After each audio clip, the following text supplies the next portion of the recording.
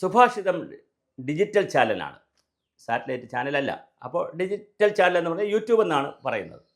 YouTube ചാനലിൽ വരുമാനം വർദ്ധിപ്പിക്കുന്നതിന് വേണ്ടി ആധികാരികതയില്ലാത്ത വാർത്തകളും എന്തെങ്കിലുമൊക്കെ തള്ളിമറിക്കുന്നു എന്നുള്ളൊരു ആക്ഷേപം വളരെ വ്യാപകമാണ്. പക്ഷേ സുഭാഷിതത്തെ സംബന്ധിച്ചിടത്തോളം ഇതിൻ്റെ തമ്പ്, അതായത് നിങ്ങൾ ഈ കാണുന്ന ഫ്രണ്ടിൽ കാണുന്ന ഒരു വീഡിയോ, ഏറ്റവും ഫ്രണ്ടിൽ കാണുന്ന തമ്പിൽ ചിലപ്പോൾ നെഗറ്റീവ് ലൈനുകളോ അല്ലെങ്കിൽ ആളുകളെ അകത്തേക്ക് ആകർഷിക്കാനുള്ള ഏതെങ്കിലും വരികൾ കാണും. പക്ഷേ അകത്ത് ചെയ്തിരിക്കുന്ന ഒരു വാർത്ത പോലും സോഴ്സിൻ്റെയോ അല്ലെങ്കിൽ വിത്തൗട്ട് സോഴ്സോ സോഴ്സ് ഇല്ലാതെയോ ഊഹാഭോഗങ്ങളോ അല്ല. വളരെ കൃത്യമായി ഹോംവർക്ക് ചെയ്തിട്ടാണ് അത്തരം വാർത്തകൾ ചെയ്യുന്നത്.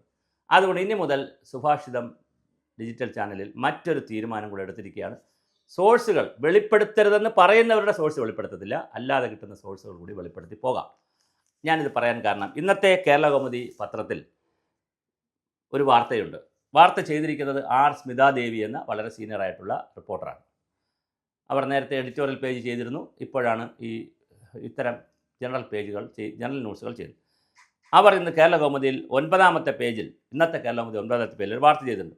സ്കൂൾ തുറന്ന് മാസം 1 അക്കാഡമിക് കലണ്ടറും ഹാൻഡ് ബുക്കും ഇല്ല. ഇതാണ് വാർത്ത.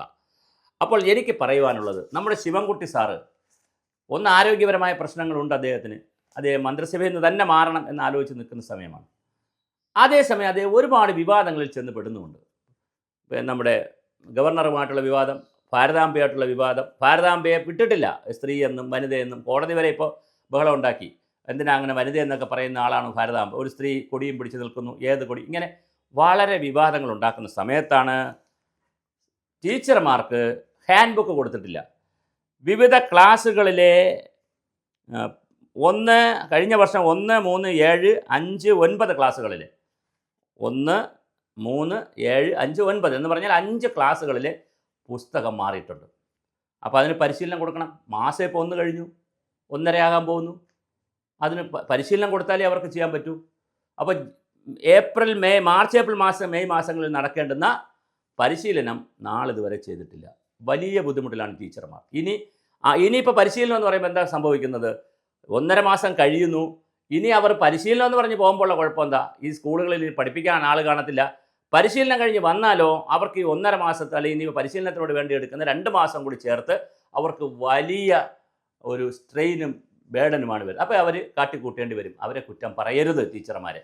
അതുപോലെ തന്നെ അവർക്ക് അക്കാഡമിക് കലണ്ടർ കൊടുത്തിട്ടില്ല. അക്കാഡമിക് കലണ്ടർ എന്ന് പറഞ്ഞാൽ ജൂൺ 1 മുതൽ മാർച്ച് 31 വരെയുള്ള കലണ്ടറാണ്. അത് ജൂൺ 1 മുമ്പ് കിട്ടണ്ടേ, അല്ലെങ്കിൽ ജൂൺ 1 അവരുടെ കയ്യിൽ കിട്ടണ്ടേ, അതനുസരിച്ച് പ്ലാൻ ചെയ്യാൻ കിട്ടുള്ളൂ. അപ്പോൾ അക്കാഡമിക് കലണ്ടറും കൊടുക്കത്തില്ല, ഹാൻഡ് ബുക്കും കൊടുത്തില്ല. ഇത് സംബന്ധമായി ജൂലൈ ആയിട്ട് യൂണിഫോം വിതരണം പൂർത്തിയായിട്ടില്ല. അടുത്ത വേറൊരു വിഷയം, യൂണിഫോം വിതരണവും അപ്പോൾ സ്കൂൾ കുട്ടികൾ എന്താ ഇട്ടുകൊണ്ട് വരുന്നത്? അപ്പോൾ നമ്മളിപ്പോൾ ലോകത്തിലെ 1-ാം തര വിദ്യാഭ്യാസമാണെന്ന് തള്ളിമറിക്കും. പ്രൊഫസർ രവീന്ദ്രനാഥ് കഴിഞ്ഞ പ്രാവശ്യത്തെ മന്ത്രിയായിരുന്നപ്പോൾ നമ്മൾ ജനകീയ വിദ്യാഭ്യാസ യജ്ഞം ചെയ്തു. നമ്മൾ യജ്ഞവും യാഗവും എല്ലാം ചെയ്യും. ഇവിടെ സി രാമകൃഷ്ണനെ പോലുള്ള ആളുകൾ ഇവിടെ ജീവിച്ചിരിപ്പുണ്ടെങ്കിൽ ഈ വീഡിയോ കാണണം. നിങ്ങൾ എന്തൊക്കെയാണ് ഇവിടെ പറയുന്നതും കാട്ടിക്കൂട്ടുന്നത്? കേരളത്തിൻ്റെ വിദ്യാഭ്യാസം ലോകോത്തരമാണ്, മഹത്താണ്. ഒരുപാട് കാര്യങ്ങൾ തള്ളിമറിക്കും. പക്ഷേ പിള്ളേർക്ക് ഈ തമിഴ്നാട് മുതൽ കാശ്മീർ വരെ അല്ലെങ്കിൽ വടക്കൻ ഇന്ത്യയിലെ എല്ലാ സ്റ്റേറ്റുകളിലും എടുത്ത് നോക്കൂ. നിങ്ങളൊരു കണക്ക് വെച്ച് തന്നെ പറയൂ, ഈ വീഡിയോ ചലഞ്ച് ചെയ്ത് പറയൂ. എല്ലായിടത്തും സ്കൂളിൽ നേരത്തെ അല്ലേ ട്രെയിനിങ് നടക്കുന്നത്? നേരത്തെ അവർ പുസ്തകം കൊടുക്കത്തില്ലേ? ഇവിടെ പാഠപുസ്തകം നേരത്തെ കൊടുത്തു, റെക്കോർഡാണെന്നൊക്കെ പറഞ്ഞ് വലിയ തള്ളിമറിക്കൽ. നമ്മൾ ഈ തള്ളിമറിക്കൽ മതിയാക്കിയാൽ മലയാളി രക്ഷപ്പെടും.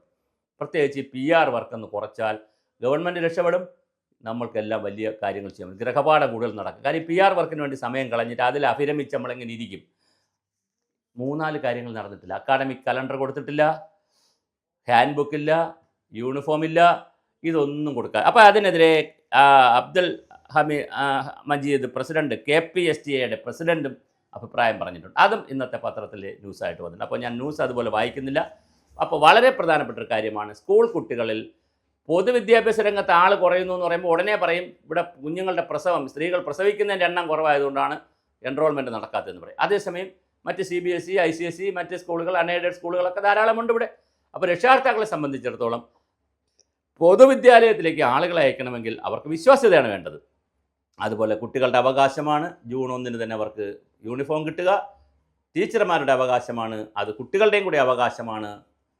ജൂണിന് മുമ്പേ പരിശീലനം ലഭിക്കുക. കലണ്ടർ കിട്ടിയാൽ മാത്രമേ, ഈ അക്കാഡമിക് കലണ്ടർ കിട്ടിയാൽ മാത്രമേ മുന്നോട്ട് പോകാൻ കഴിയുകയുള്ളൂ എന്നുള്ളതാണ് പ്രധാനം. എന്തായാലും ശിവൻകുട്ടി സാർ മറ്റ് വിവാദങ്ങളൊക്കെ നിർത്തി കിട്ടുന്ന സമയം ഇതുകൂടി നോക്കിയാൽ നന്നായിരുന്നു.